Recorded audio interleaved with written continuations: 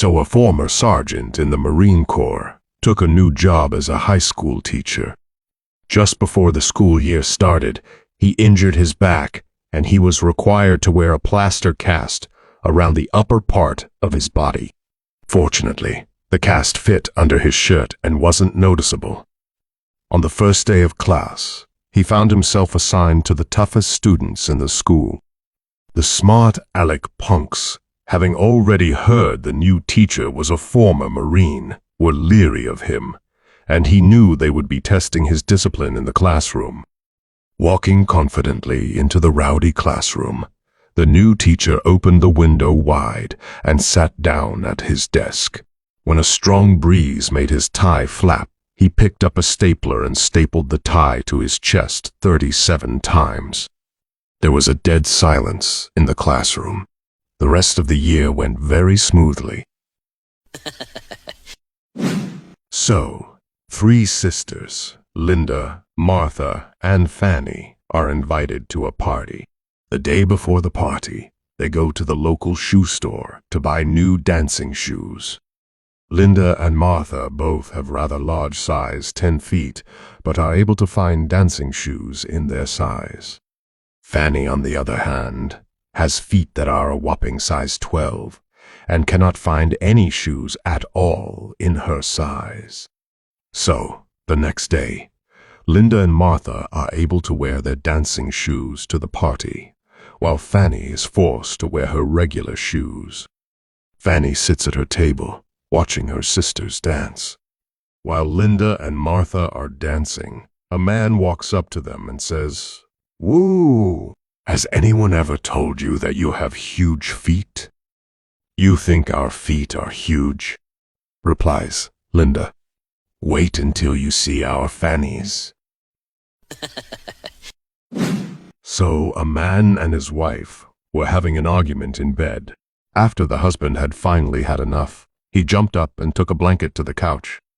The next day, the wife, feeling bad about what happened, decided to buy her husband a gift.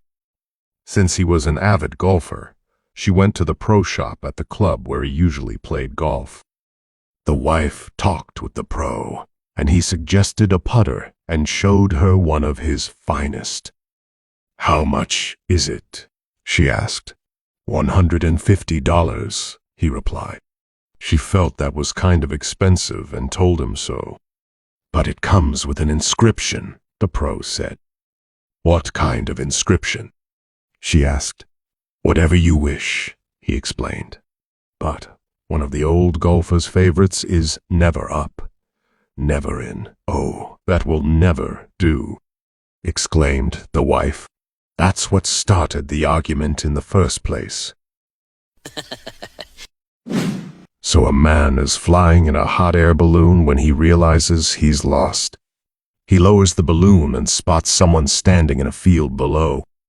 Dropping further, he calls out, "Excuse me, can you tell me where I am?" The man in the field looks up and replies, "Yes, you're in a hot air balloon hovering about 30 feet above this field."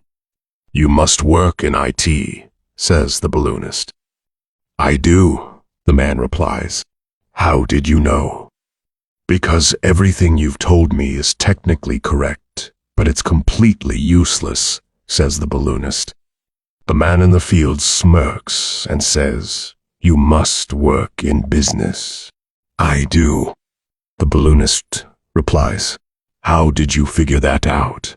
"Because you don't know where you are or where you're going, but you expect me to help. Now you're in the same position as before we met, but somehow it's my fault."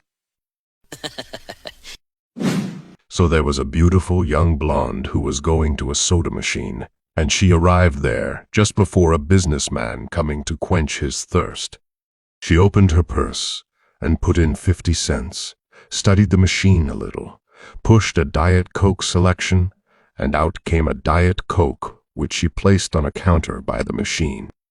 Then she reached in her purse again and pulled out $1 and inserted it in the machine. Studying the machine carefully, she pushed the button for Coke Classic, and out came a Coke Classic and 50 cents change. She immediately took the 50 cents and put it in the machine, studied it for a moment, and pushed the Mountain Dew button. Out came a Mountain Dew. As she was reaching into her purse again, the businessman, who had been waiting patiently for several minutes, now spoke up. "Excuse me, missus, but are you done yet?"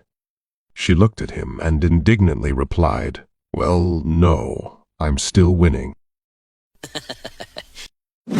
So, 2 men die and go to heaven. St. Peter meets them at the pearly gates. "Gentlemen," he says, "I'm very sorry, but your condos aren't ready yet, so I can send you back to Earth for a few days in whatever form you wish." "Well," the first man says, "I always thought I'd like to be an eagle soaring majestically over the Grand Canyon." "And I'd like to be a real cool stud," second man says. "Done." St. Peter nods, and they vanish. A few days later, the Archangel Michael walks up to St. Peter. "Hey, Pete, I need to send an angel to get those 2 guys who got affected by the construction delay." "Where'd you put them?"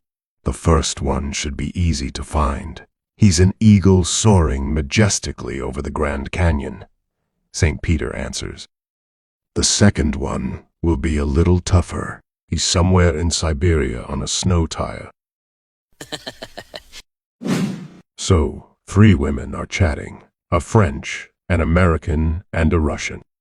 The French says, "After we got married, I told my husband right away that I was not going to cook, do dishes and laundry, or clean the house. He disappeared. I didn't see him for a day, 2, 3. Then he came back with a housemaid. Now she does all that, and I just sit and relax all day long." The American says, "Well, after we got married, I told my husband the same. Didn't see him for a day, 2, 3. Then he came back with some big appliance. Now it does all that automatically, and I just sit and relax all day long." The Russian says, "After we got married, I told my husband that I wouldn't do all that either. I didn't see him for a day, 2, 3.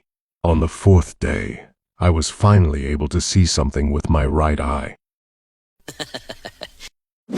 So deep in the backwoods of Tennessee, a hillbilly's wife went into labor in the middle of the night, and the doctor was called to assist with the delivery.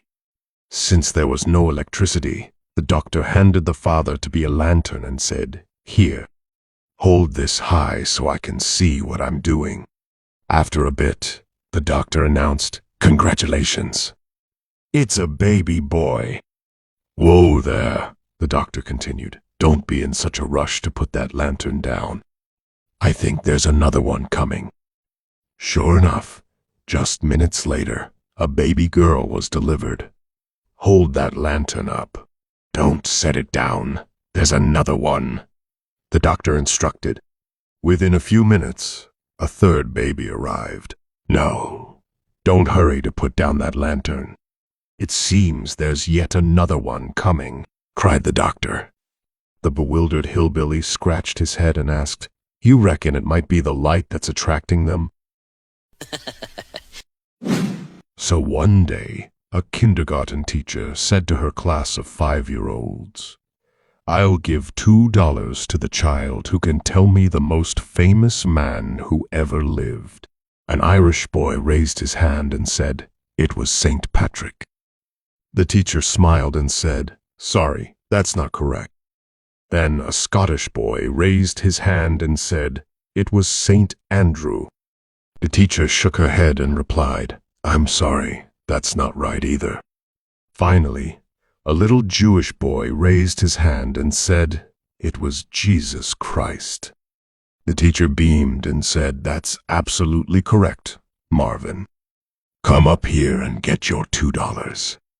As she handed him the money, the teacher added, "You know, Marvin, I'm surprised you said Jesus Christ, considering you're Jewish."